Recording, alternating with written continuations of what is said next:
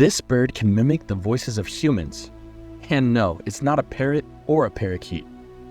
This bird is the common raven. Now, we will get into that human mimicry shortly, but first, what is it with this bird? You may find the difference between ravens and crows difficult, so let's start there. Common ravens will have a shaggy, thick neck and a much heftier bill than crows. In flight, ravens will have a wedge-shaped tail, while a crow's tail is straight across. When a raven calls, it sounds a lot more nasally and guttural than the crow. Now that we can identify the bird, what makes it special? Although the raven is called common, there really is nothing common about it. Ravens have been inspiring people for millennia, and they still create emotions within us today. Some people find them creepy, others find them beautiful. Indigenous people in the Pacific Northwest regarded ravens as tricksters, for example. Edgar Allan Poe was heavily inspired by the raven. Why? Because the raven could speak, and he felt that it was a better fit to his imagery than the parrot. Today, you can find ravens in many places. They occupy most of Canada and can be found throughout the western United States and most of Mexico. Ravens can be found in parks, parking lots, cemeteries, forests, and open areas. They are not afraid of people, and so you can also find them in towns and sometimes cities. Common ravens are extremely intelligent creatures. Ravens are known to remember human faces even over long periods of time. If you are unkind to a raven, it will alert other ravens in the area who will then act aggressively towards you or avoid you. If you are kind to ravens, they will sometimes bring you shiny things or may even begin mimicking you.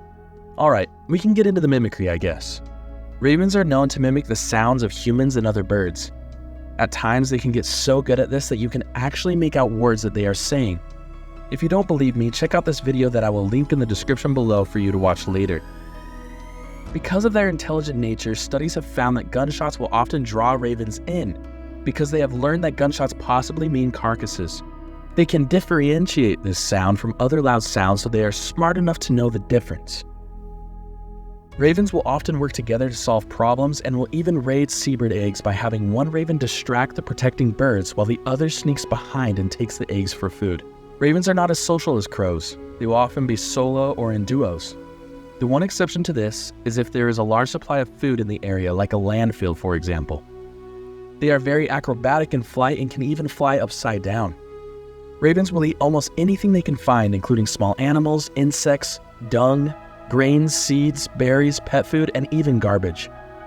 This has made them highly adaptable, and rising raven populations has threatened vulnerable species like the desert tortoise, for example.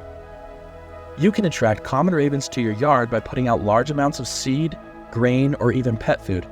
However, remember that attracting ravens to your yard may pose danger to nesting birds in your trees. A group of ravens is called an unkindness, and that alone makes them a pretty eerie bird in my opinion. The oldest wild common raven ever captured and recorded was 22.5 years old, meaning that the birds have the potential to live for quite a long time. As Edgar Allan Poe said it himself, "Though thy crest be shorn and shaven, thou art sure no craven. Ghastly, grim, and ancient raven, wandering from the nightly shore, tell me what thy lordly name is on the night's Plutonian shore." Quoth the raven, "Nevermore." Let me know in the comments below, what bird should I highlight next? Thank you for joining me on this educational journey. I hope to see you all next time on Bright-Eyed Birding.